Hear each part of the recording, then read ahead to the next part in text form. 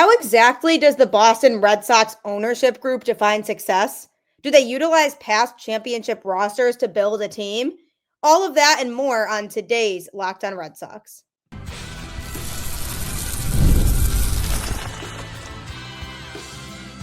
You are Locked On Red Sox, your daily Boston Red Sox podcast.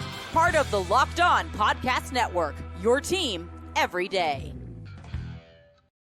Hello and welcome to Locked On Red Sox, your daily Boston Red Sox podcast, part of the Locked On Podcast Network, your team every day.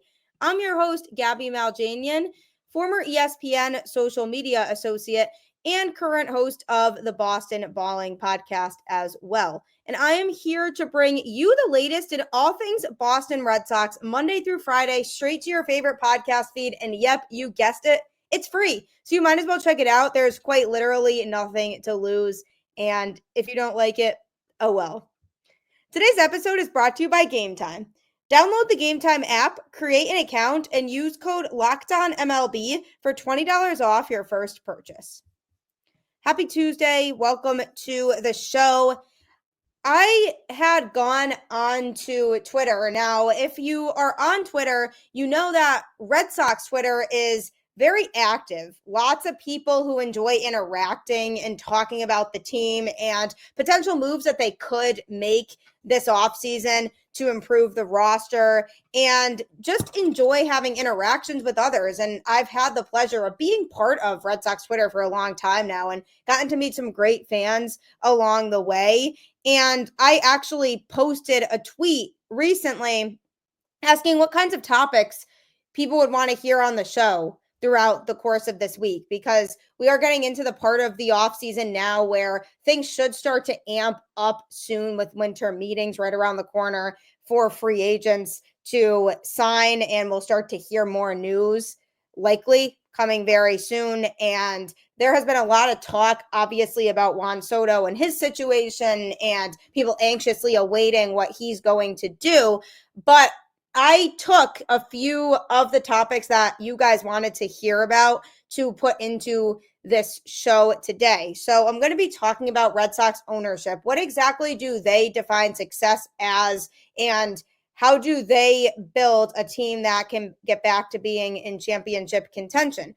Also going to be talking about a potential trade. Does it make sense for the Red Sox or not? And later on doing a little bit of prospect talk, because who doesn't love Red Sox prospects, especially the ones that are in the top of the system.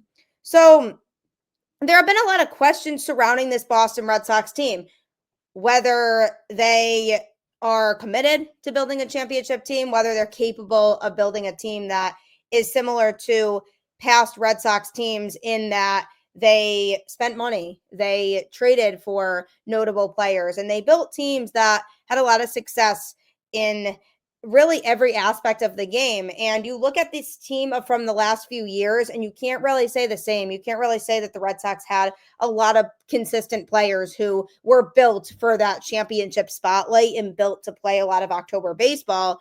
And when it comes to building a team for 2025, we all want them to get back to that caliber of being no doubt one of the best teams in the league and no doubt being a competitive team that could contend for a championship. So in order for the Red Sox to get back to that, that raises this question of what exactly is the roster going to look like, and how does ownership build that roster? Do they go back and look back at previous championship rosters that the Red Sox had and how those were built in order to duplicate success in 2025? Now, that is an interesting question, because if they were to go back and look at the Red Sox past championship rosters, even taking the most recent championship team of 2018, and you look at how stacked that roster was between Mookie Betts, JD Martinez, Xander Bogaerts, Rafael Devers, Chris Sale in his prime, pitching to this level that was so competitive day in and day out. David Price even playing a big part in that. Joe Kelly out of the bullpen. Craig Kimbrell as the closer. I mean, the list goes on about how many players you had on that team that had that firepower to win. And you can even take the outfielders of Jackie Bradley Jr. and Andrew Benintendi. I mean, both made phenomenal plays defensively in the outfield. So you can name a lot of players that were on that Red Sox team that contributed to their success. And if the Red Sox wanted to match that type of roster in 2025, that would take adding 2 starting pitchers, not just 1, but 2, and adding a lot more to the bullpen, because the Red Sox in 2018 had a lot of players on that roster that were no doubt superstar caliber players that would go out there and do their job on a day-to-day basis, especially in regards to pitching. The Red Sox pitching staff alone carried them to a lot of wins during that season because they didn't give up a lot of runs regularly. And when you look at the Red Sox rotation right now, there are a lot of question marks about whether these guys are going to continue in this upward trajectory that the Red Sox are hoping that they'll continue in. You look at guys like Tanner Houck and Brian Bayo, who, yes, have shown lots of great stuff, but can they stay that way? And can they continue to trend in that positive direction that fans are hoping that they will, and that even the Red Sox organization is hoping they will? But when you look back at the 2018 team, you didn't have as much of that question of, okay, what version of these pitchers are we going to get? We knew we were going to get the dominant versions of them. And even, for example, with Chris Sale being the no doubt ace of that Red Sox rotation, the Red Sox do not have that currently. So if they want to get back to where they were back then, they need a number 1 starting pitcher. And I've been saying this all offseason long. I do have faith that they will at least attempt to get that this offseason. But that is a big thing, that if they are looking back at their past championship teams and how they found so much success in the 2000s, what exactly were the factors that went into building that team? And are they trying to model after that? This Juan Soto conversation keeps getting brought up, and the Red Sox have this very strong possibility of getting him, and likely that decision is looming in the next week. And Juan Soto is a power hitter. Juan Soto is a no doubt superstar player that they can add to that lineup and be the equivalent to like the Mookie Betts of the 2018 team, or be that guy that is no doubt that face of the franchise that, when he steps up to the plate, opposing pitchers should fear.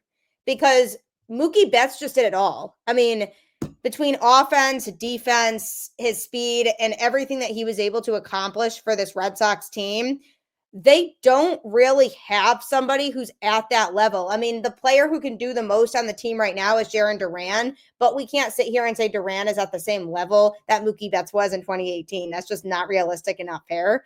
So you have to look back at those types of factors when trying to build this next generation of a Red Sox team, because you want players who are going to be at that level, but how much of it are you going to have be your homegrown players versus players that you bring in is the real question. And to be honest with you, yes, the Red Sox have a lot of homegrown talent right now in their system, but where they are at right now in terms of their development does not put them alone at the level of being a championship team. It would be one thing if they were a little bit further along in their careers, and a lot of these guys were showing a little bit more of a semblance of having that success in the league, but they don't all have that yet, and they are not at that point. So we can't really bank on the Red Sox having just their homegrown players contribute towards a championship team. Then you look at the bullpen. I even mentioned his name with Craig Kimbrell, who was a bona fide closer that had lots of good experience and a positive track record. And yes, he was an absolute roller coaster in that 2018 World Series run. And he scared me so many times with how much base traffic he would allow. But even so, he was a bona fide closer. And with the assumption that Kenley Jansen isn't coming back, who is going to be the closer? You don't gamble with not having a closer if you're going to be a playoff team and go deep into October. You just can't do that. They need a solidified closer in order to put them back in that conversation of even being anywhere close to what that 2018 team was. And they need to add at least one more bat, because the Red Sox offense in 2018 was absolutely insane, because you had JD Martinez and Mookie Betts, who both had MVP caliber seasons that year. You had Xander Bogaerts, who was at a great spot in his career at the time. You had Devers, who was emerging as one of the best young hitters in the league. And you just had these hitters that you knew were going to go out there and perform. And right now, looking at the Red Sox lineup, excluding Juan Soto and say they don't make any additions, I'm only really looking at Rafael Devers and Jarren Duran as guys who I trust to consistently hit well. So that's work that needs to be done. And when it comes to the pitching staff, absolutely need to get more reliable pitchers out of the pen who can pitch alongside guys like Liam Hendricks, like Garrett Whitlock, who will hopefully come back and be in the pen instead of starting. Even guys who showed some semblance of potential last year, like Luis Guerrero. You have guys already who definitely have that type of potential. Justin Slayton was the most reliable reliever for the Red Sox, and then he got injured. But he's another guy, for example, who you can keep around. But got to get some more arms in that bullpen who you know are going to be able to pitch well in high leverage situations. So when it comes back to the overarching question of how does this ownership group define success? If you ask me in 2022, 2023, to me, the answer would be success to them would be having an average season in which they stay afloat and maybe have a chance to fight to be in the playoff conversation, but they see a lot of results from their young players and improvement from their young players. And I think ownership saw their first couple seasons of this lull in 2022 and 2023 to be successful enough because their goals were reached in terms of rebuilding the farm system and getting some solid young pieces in there as opposed to focusing on the major league roster. But 2024, I don't think was successful enough to them. I think they were expecting to be a playoff team in 2024, but they kind of did it to themselves by not being aggressive enough in terms of moves. So when you define success, now I think ownership has had something click in their head where they're saying, we are not a successful baseball team unless we go back to being the Boston Red Sox of old that was always in the playoff conversation every year. Whether they compare their roster to past ones, I'm inclined to think no, because if they were to compare their roster to the 2018 team or 2004 team, I am leaning more towards no, they don't look at those rosters and say, yeah, we have to replicate that type of roster to be a championship team, because I think their approach was a lot different at that point. I think they relied more on going out and signing and trading for more proven veteran players, whereas now they want to incorporate more of their homegrown young talent and see the potential that those guys have as opposed to only focusing on the veterans that they're bringing into the organization. So I don't think when it comes to them building a successful team moving forward, I don't think that they really look back at those previous championship rosters and try to build them like them. I think they just are trying to do a little bit more of a mix of both in terms of acquiring some proven veterans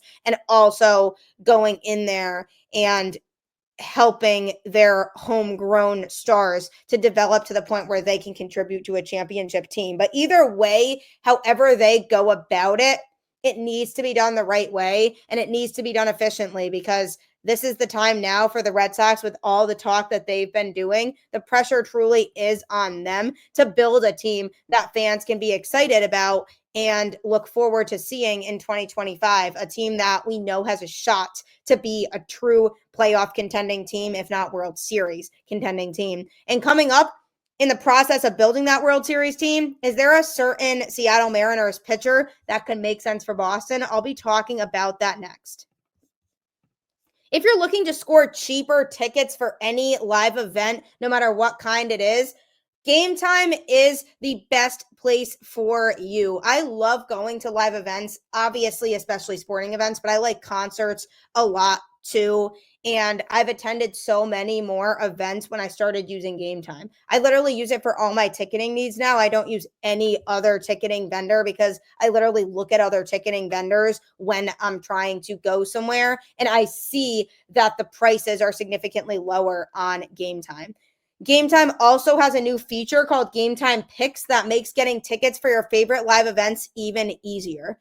GameTime Picks filters out the fluff to show you only incredible deals on great seats, so you don't have to waste time searching through thousands of tickets. For example, in my area, the Yard Goats are big in the summer and UConn basketball is big in the winter, so I can get cheaper tickets to those events on GameTime right now, and they guarantee a great view from your seat because they show you what your view would look like before you purchase tickets. And all you have to do to enjoy all these perks and take the guesswork out of buying tickets is with GameTime.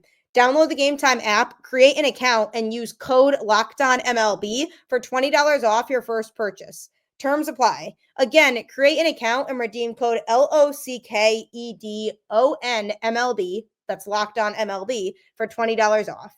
Download GameTime today. What time is it? Game time.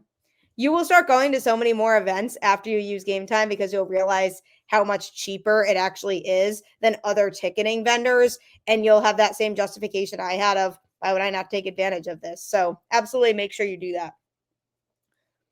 In talking about the Boston Red Sox 2025 season coming up and what exactly they need to do in order to be a successful team in 2025, be aggressive, make big moves. Don't shy away from whipping out the checkbook and spending money on big free agents or trading for the guys that make sense. And from everything that I'm hearing and people that I trust in the industry, the Red Sox are truly doing that this offseason. They are putting their best foot forward to go out there and acquire some big names to add to this team who are proven veterans that can help create a more competitive Red Sox team moving forward. And on Twitter, in discussions about the Red Sox and what they should do, I had a question about a trade that came in. And the question was, if they were to go out and get Juan Soto, if he decides to come to Boston, does a trade make sense for Mariners Logan Gilbert that involves maybe giving up Marcelo Meyer or Roman Anthony, somebody of that caliber? And I will tell you, the answer is no, that does not make sense. I definitely understand the appeal behind Logan Gilbert. Had a good season in 2024, pitched to a 3.23 ERA over 33 games played. So that's pretty solid. So I would get wanting him to be in a Red Sox uniform. However, I will say that him coming to the Red Sox, I don't believe would make him an ace. He could be a good number 2, and he could be a great piece to add to the pitching staff if they are also planning on bringing in another pitcher. Because here's the thing with Gilbert is that I do wonder about consistency a little bit with him. What I found interesting was that he pitched really well against right-handed hitters. They only had a batting average of 182 against him compared to a 213 batting average for lefties that would hit against him. In home games, the opponent's batting average was 188, and on the road it was 204. Not that that's a major difference, but it's definitely something to note because away from Seattle, he did struggle a little bit more. So if he were to come to Boston, would we get that level of dominance that we saw from him when he was in Seattle is a big thing I would be questioning. His ERA at home was a 2.49 and his ERA on the road was a 3.94. So that's a pretty noticeable difference to me where he struggled when he wasn't pitching in Seattle. And that's why I would wonder how effective is he going to be if he does come to Boston? And is he going to give us that dominant stuff? Or are we going to see the version of him that we would see when he pitched on the road away from Seattle? Is in an adjustment period thing where he would have to get acclimated to Fenway, and then once it becomes his home base and he's more used to it, he would be able to pitch better there? Or is it more that he just feels a lot more comfortable in Seattle and that's where he pitches best? We wouldn't know that unless he comes to Boston.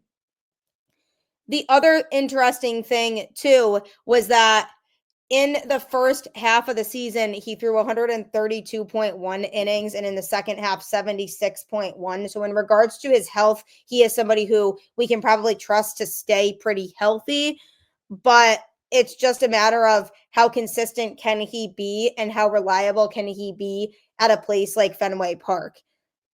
in his month-to-month breakdown, his ERA in May was tough. He struggled that month, pitched to a 4.66 ERA. He also had a tough July, throwing to a 4.60. His best month was in June when he threw to an ERA of 1.51.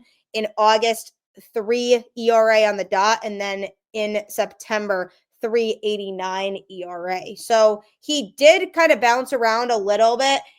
April, he started off strong, 2.03 ERA, but then that leap in May kind of hurt his earned run average a little bit until he had a really dominant June and it brought it back down a little bit. So he's not overly consistent based on those numbers. And that's what I would be looking at when it comes to Gilbert is, can he truly be a consistent starter for the Boston Red Sox? Now, I'm not doubting that he's easily a guy who could come in here and make the Red Sox rotation better. No doubt, 100%. I truly feel like he could. He has the talent level to do that. But is he a starter worth giving up somebody in the big four for? Absolutely not. I don't think giving up any of those guys is in the question anyway. I don't think that John Henry and company are ready to give up any of those guys, given that they have been so adamant and clear when they've said in the past that those guys are not movable. I don't see that changing. I don't think Marcelo Meyer, Kyle Teel, Roman Anthony, or Christian Campbell is going anywhere, no matter what the caliber of player is that's put into their hands. And that could be part of the reason, too, why there's a holdup with the Garrett Crochet trade with the White Sox. I know they've been in conversation with the Red Sox, and my guess would be that they maybe wanted somebody from that group of 4 prospects, and the Red Sox said absolutely not. So now they're kind of at this point where there's this pause in a deal because the two sides can't come to an agreement on what players the White Sox would take from Boston. So when it comes to trading for a starting pitcher, they can pull off trading for a solid starter without giving up any of those guys. I've brought up Wilyer Abreu's name lots of times. He's somebody to me who makes sense to trade because of the overload of outfielders that they have. And especially if they get Juan Soto, there's not really a reason to have Abreu here. And with the season that he had in 2024, his value is really high right now. So if they want to trade him, now is the time to do that before risking his value diminishing a little bit. If he has a season in 2025 that isn't as dominant as he had in 2024, now when he was able to do it all defensively and offensively, would be the time to move him if they are going to. I also know there have been some talks about Tristan Casas getting traded. Realistically, I don't truly think that will happen, but if the Red Sox really want to go all in on improving this roster, I could see them maybe opening up that possibility and answering calls on Casas.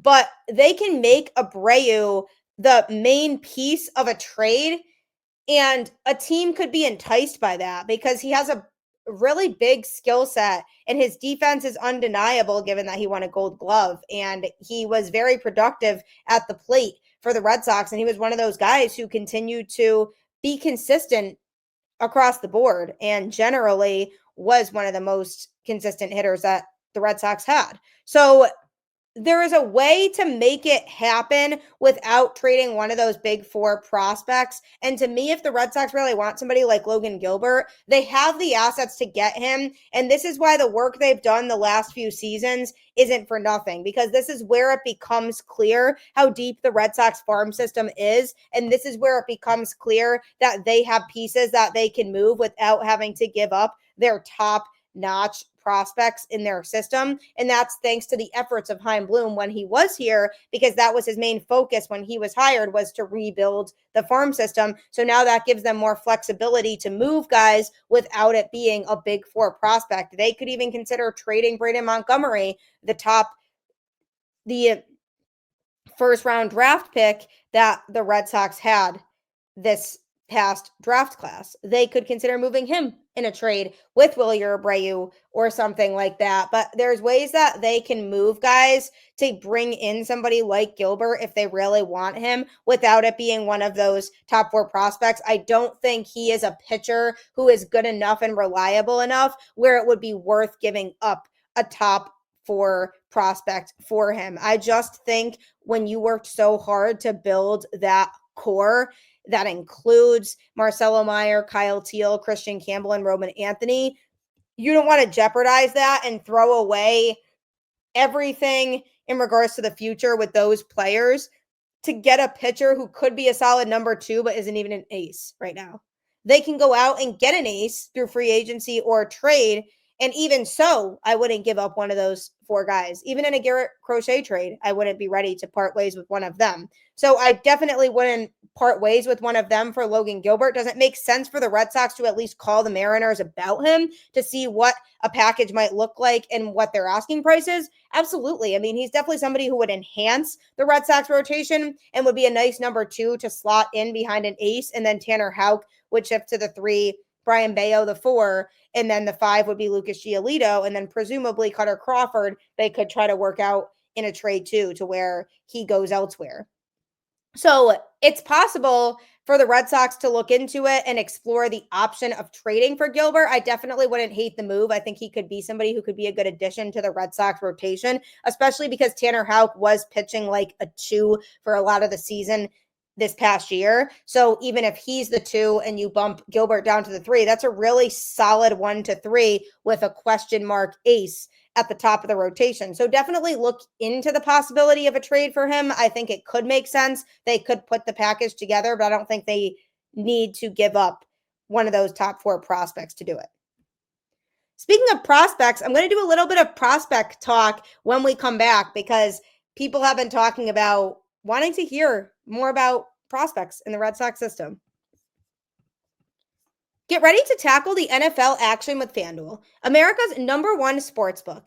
Because right now, new customers can bet $5 and get $150 in bonus bets if you win. The FanDuel Sportsbook app gives you everything you need to place live bets on the NFL, all in one place. So when you get a hunch in the middle of the game, you can check out the latest stats, view live play-by-play, and so much more on the same page where you place your bets. Just visit FanDuel.com to join today. You'll get started with $150 in bonus bets if you win your first $5 bet.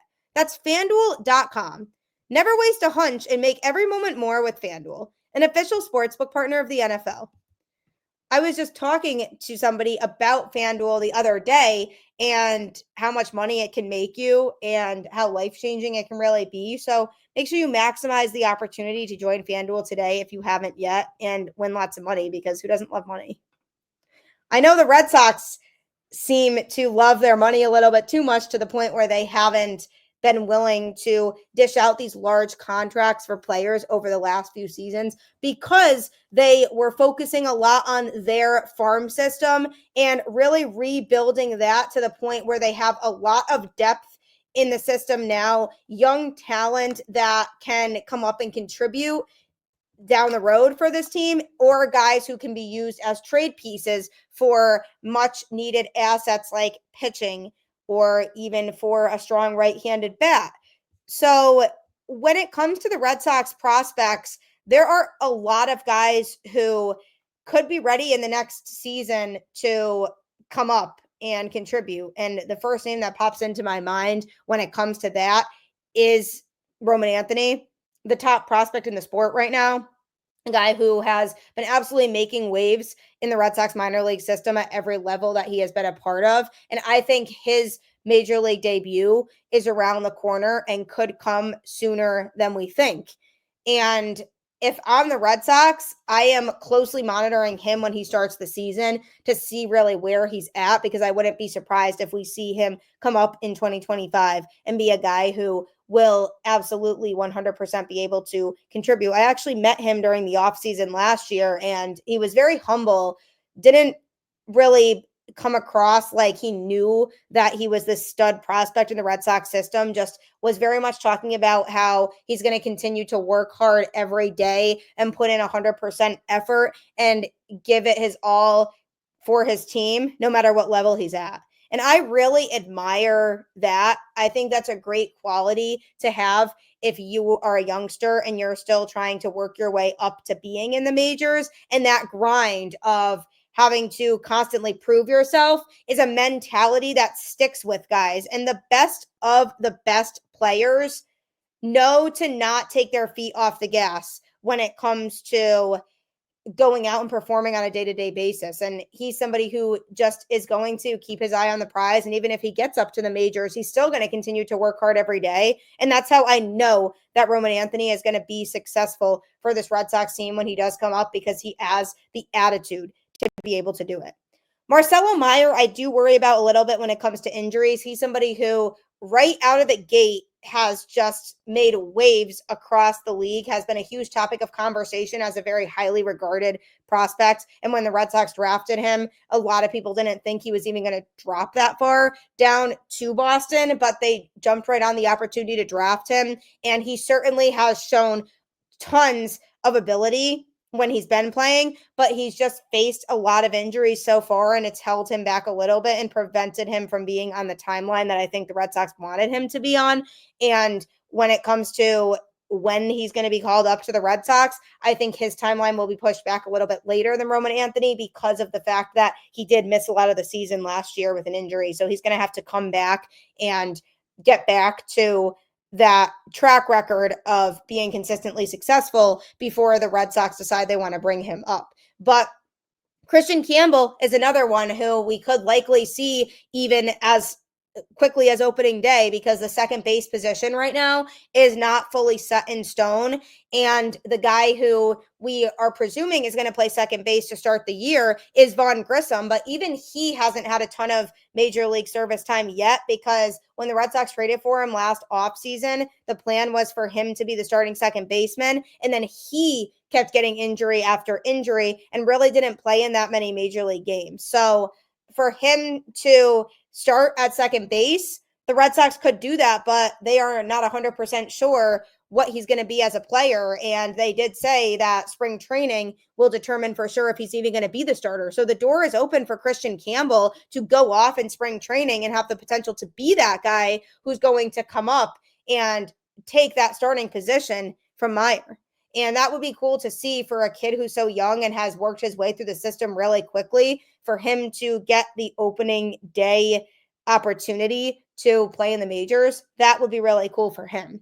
And Kyle Teel, I'm also very excited about. Definitely has the skill set in terms of his offense. He is still a little bit small. So from a physique standpoint and being able to block balls behind the plate, he's going to have to grow a little bit more into himself, I think, before he gets called up to the majors. There's a lot of good stuff I've seen from him, and he definitely has a lot of raw ability, which I think is something that's going to get him far when he does come up to the majors. And the Red Sox don't have a really solid catcher right now, so him coming up could really help enhance the catching tandem. So I think they'll take a little bit more time with him too, as he continues to blossom, and really get him to a spot where he's fully 100% ready to be a Major League Baseball player. But I am excited to see what's to come for Kyle Teel, because he's definitely somebody I've had my eye on for a while, and somebody I'm looking forward to seeing in the majors when that time comes. So lots of prospects to be looking forward to. There are also lots of other prospects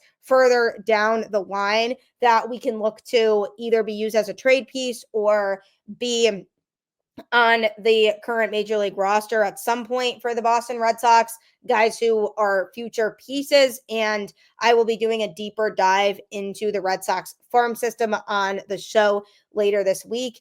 But as always, you just have to keep the faith and hope that the Red Sox have heard us and understand the frustration, and that they go out there and get the pieces they need to make them a World Series contending team in 2025.